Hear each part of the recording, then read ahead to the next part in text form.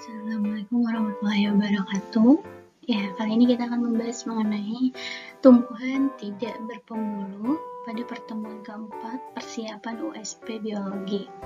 Nah, kita tahu ya kalau tumbuhan tidak berpembuluh ini masuk ke dalam klasifikasi plantae atau tanaman atau tumbuhan. Jadi simak videonya sampai habis berikut dengan pembahasan soal. Oke? Nah, plantae atau tumbuhan itu diklasifikasikan menjadi ada atau tidaknya pembuluh, ya, pembuluh angkut. Gitu. Yang pertama itu ada Tracheophyta. Tracheophyta ini artinya dia memiliki berkas pembuluh angkut. Kalau ngomongin berkas pembuluh angkut, itu berarti ada xilem dan juga phloem gitu. Nah, kalau yang Tracheophyta, A di sini berarti tidak, artinya berarti tidak memiliki berkas pembuluh angkut, ya. Nah, Tracheophyta ini sering juga disebut sebagai Ptalophyta atau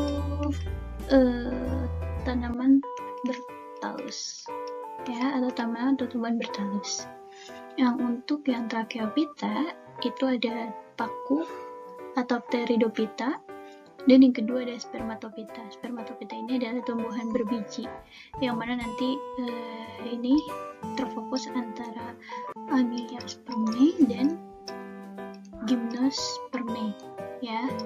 Tapi yang kita bahas adalah pada Tracheophyta aja, artinya kita membahas fokusnya kepada tumbuhan yang tidak memiliki pembuluh angkut, yaitu lumut atau biasanya kita kenal dengan Bryophyta dan juga lichen, lumut kerak dengan simbiosisnya gitu. Oke. Nah, untuk tumbuhan tidak berpembuluh ini atau Tracheophyta ini umumnya dikelompokkan berdasarkan 3 divisi, ya. Itu ada Bryophyta atau Diopsida, terus ada Hepatophyta atau Hepatopsida, terus ada Anthocerophyta atau Anthoceropsida. Nah, untuk yang Bryophyta ini yang kita kenal pada umumnya, Bryophyta atau Bryopsida ini adalah lumut daun, ya. Nah, lumut daun ini yang sudah kategori dia artinya ada peralihan, ya, dari tanaman yang bentuknya talus ke kormos. Nah, talus ini artinya tidak memiliki akar batang daun sejati, ya. Kalau kormos itu memiliki akar batang daun, ya. Jadi dia udah mulai peralihan nih dari yang talus ke kormos, karena beberapa ada yang mempunyai struktur seperti ini, ada daun, akar, batangnya gitu. Nah, untuk yang kedua ada Hepatopsida atau Hepatophyta.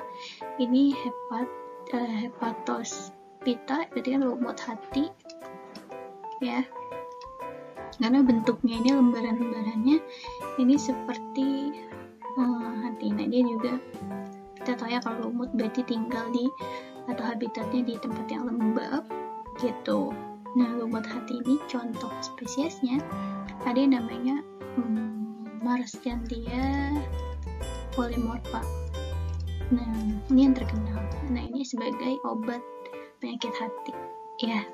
Lalu yang ketiga ada Anthocerophyta atau Anthocerapsida. Ini adalah lumut tanduk karena bentuknya seperti tanduk tajam-tajam seperti ini, ya. Nah, untuk contoh spesiesnya yang terkenal ada Anthoceros levis, ya. Nah, sebenarnya lumut tanduk ini bentuk tubuhnya ini mirip lumut hati, tapi karena sporofitnya panjang gini seperti kapsul, makanya dia jadi lebih kepada mirip tanduk gitu, ya. Oke. Nah, di sini ada pembahasan soal. Yang pertama, fase sporofit merupakan lumut yang berada dalam keadaan menghasilkan spora. Dan siklus hidupnya, fase gametofit lebih dominan dibandingkan fase sporofit. Bentuk gametofit pada tumbuhan lumut adalah, nah, untuk reproduksi pada lumut itu ada yang namanya gametogenesis. Ya, artinya ada pergiliran keturunan. Ada dua fase, itu ada fase gametofit dan ada fase yang kedua yaitu fase sporofit. Nah, di fase gametofit ini lebih dominan daripada fase sporofit. Kenapa? Karena di fase gametofit ini terdapat lumut yang biasa kita lihat sehari-hari. Jadi yang kita lihat sehari-hari itu adalah di fase gametofit bentuknya.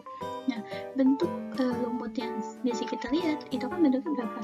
Berupa lembaran ya, gitu ya, berupa lembaran-lembaran. Jadi jawabannya adalah yang A, gitu. Oke. Lalu soal yang nomor 2. Nah, di sini ada sel kelamin betina pada lumut dihasilkan oleh, nah ini adalah metagenesis dari lumut yang tadi Miss bilang ya.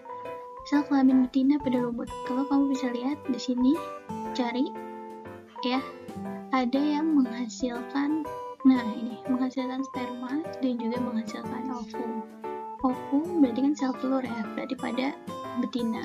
Kalau sel sperma berarti pada yang sel kelamin jantan. Nah, berarti sel kelamin betinanya itu adalah archegonium ya, sel kelamin betina.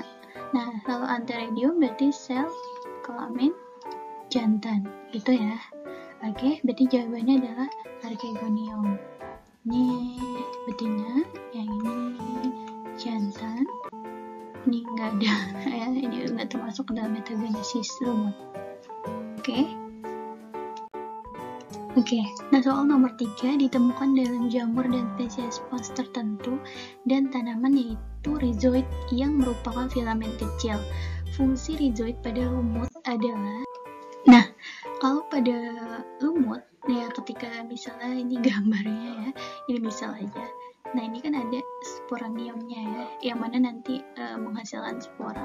Nah dia ini punya rhizoid, bentuknya itu seperti akar ya.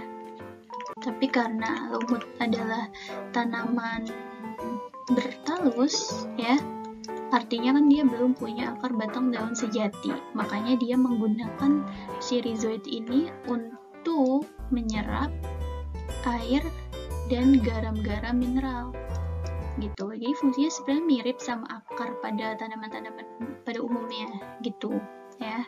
Jadi ketika si lumut ini, karena dia ini kan bisa mencari makanan ya, artinya mencari makanannya dari mana kalau nggak ada si misalnya nggak ada si lemfloem ya kan, karena kan berarti dia nggak semua lumut ya bisa berfotosintesis, alias dia juga termasuk tanaman yang tidak berpembuluh.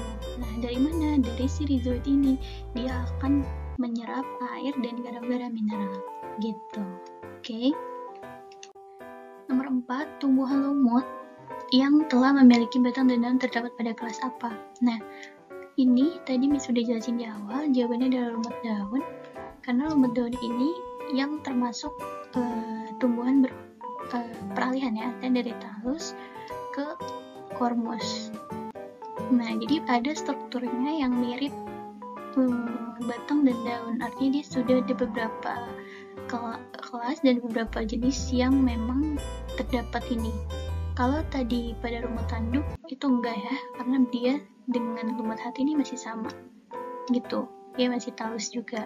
Kalau lumut kerak ini adalah lichen, tulisannya dia adalah lichen. Nah lichen ini juga masih berbentuk talus gitu. Kalau lumut mata ini nggak ada, ini cuma nama aja gitu. Oke, soal nomor 5, perhatikan ciri tumbuhan berikut. Gametofit lebih dominan daripada sporofit, daun muda menggulung, permukaan luar tubuhnya dilapisi lapisan berlilin, akar semuanya disebut rhizoid berfungsi untuk menyerap air dan unsur hara, batangnya terdapat di dalam tanah disebut rhizoma, terdapat tropofil yang berfungsi dalam fotosintesis. Ciri tumbuhan bryophyta terdapat pada nomor Nah, bryophyta itu kan berarti bisa kita sebut dengan lumut ya, atau lumut daunnya. Nah, bryophyta ini tadi udah beberapa disinggung. Nah, ada fase gametogenesis ya, berarti ada fase gametofit yang lebih dominan ya, gametofit lebih dominan daripada fase sporofit gitu. Berarti nomor 1 benar. Daun muda menggulung. Nah, daun muda menggulung ini identik dengan tumbuhan paku ya, jadi dia nggak termasuk ke dalam lumut gitu. Ini 2 salah. Berarti yang ada 2-nya salah ya. Ini salah, ini salah. Permukaan luar tubuhnya dilapisi berlilin. Nah, kalau pada lumut ini ada yang namanya lapisan pelindung pada bagian tubuhnya. Nah, lapisan pelindung ini bisa kita sebut dengan kutikula. Ini mengurangi proses penguapan ya, gitu. Jadi ada lapisan pelindung kutikula atau disebut juga dengan lapisan berlilin. Jadi nomor 3 benar ya, itu pada lumut. Berarti ada nomor 3 ya benar. Ini 1, 3. Oh, berarti ini salah ya, ini nggak termasuk. Berarti antara B dengan D, berarti ada 4 dan 5 ya. Akar semua disebut rhizoid, berfungsi untuk menyerap air dan unsur hara. Nah, ini udah disebutin tadi, dia bentuknya rhizoid karena dia masih peralihan dari thallus ke cormos ya, atau di semua divisi lumut ini kan masih rhizoid gitu, yang fungsinya untuk menyerap air dan unsur hara. Jadi jawabannya ini benar 4, berarti jawabannya 1, 3, dan 4 gitu ya. Kalau ini batangnya terdapat dalam tanda disebut rhizoma. Enggak ya, batangnya enggak, bukan rhizoma gitu. Oke, kalau gitu kita akhiri dulu pembahasan kali ini mengenai tumbuhan tidak berpemulu. Kita ucapkan alhamdulillah bersama-sama. Alhamdulillahirobbilalamin. Sampai jumpa di pertemuan selanjutnya.